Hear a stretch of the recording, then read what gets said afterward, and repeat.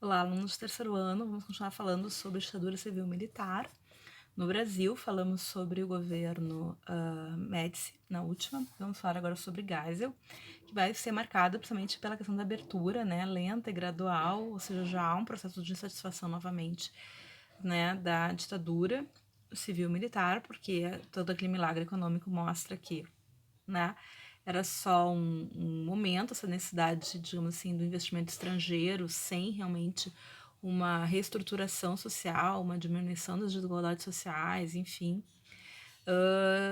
Não é um tiro curto, digamos assim, né? Então, a economia nacional começa, então, né, devido à sua dependência do capital estrangeiro, e vai mudar esse contexto, principalmente por uma situação da crise do petróleo, né, lá pela década, lá pelo início da década de 70, 72, 73, a OPEP, então, que então, dominava, né, o petróleo nesse contexto, né, ou seja, um grupo vinculado, então, aos países árabes vão, digamos assim, aumentar, né, bastante o valor do barril de petróleo, e isso vai, o Brasil, né, extremamente dependente, vai sentir os efeitos dessa crise, certo? Mais ou menos o Brasil, né, importava 80% do petróleo, então vai realmente sentir muito essa crise. Isso vai começar, então, né, a incomodar a grande parte da população. O Geisel, que era de Bento, aliás,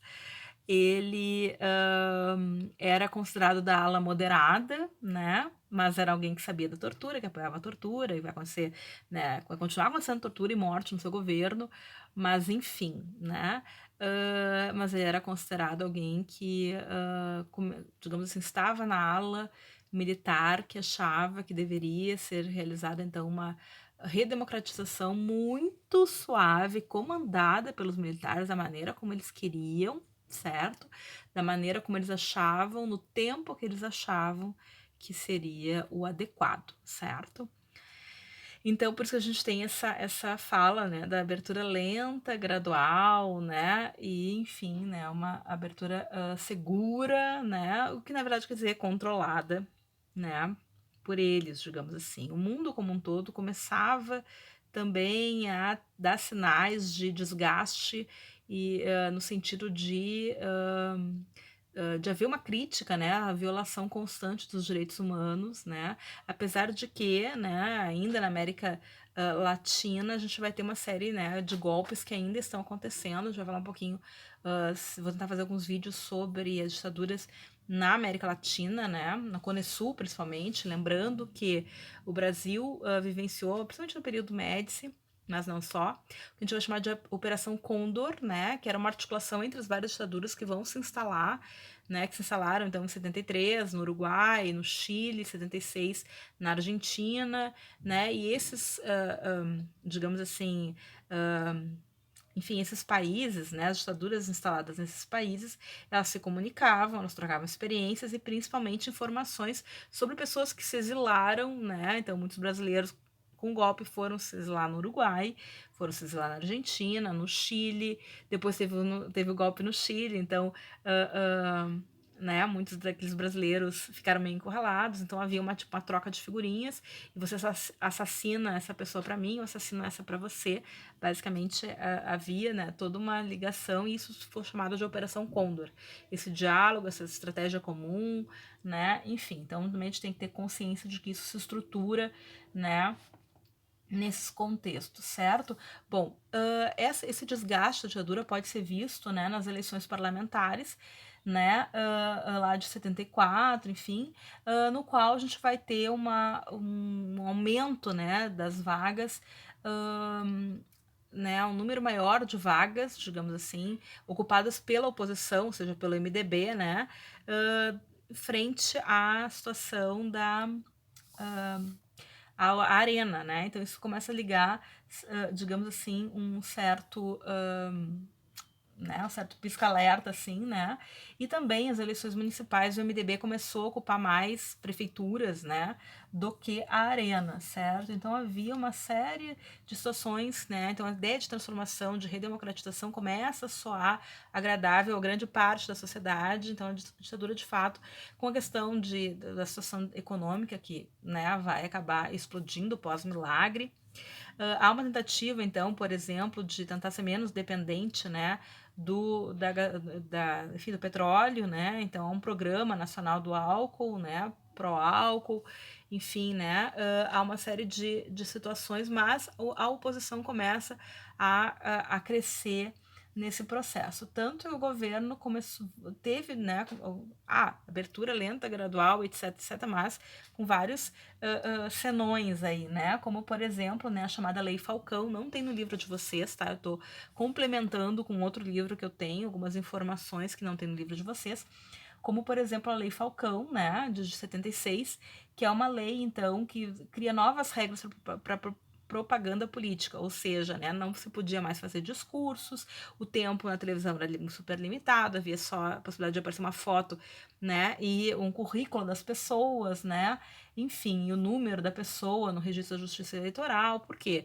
Porque grande parte da oposição sabia falar, sabia se apresentar, eram conhecidos, então, nos seus discursos, muitas vezes, então, entusiasmavam as pessoas, e nesse processo, então, a Lei Falcão vai cortar a possibilidade, então, de debate. Tem muita gente que tem medo de debater, né, que não consegue debater, ou que não consegue sequer discursar, né, com, enfim, coerência, né, que faça sentido. Então, melhor deixar que as pessoas que sabem falar e que, né, falam com sentido não falem, né? Beleza, então a Lei Falcão é nesse sentido. Além disso, em 77 a gente tem o chamado Pacote de Abril, certo?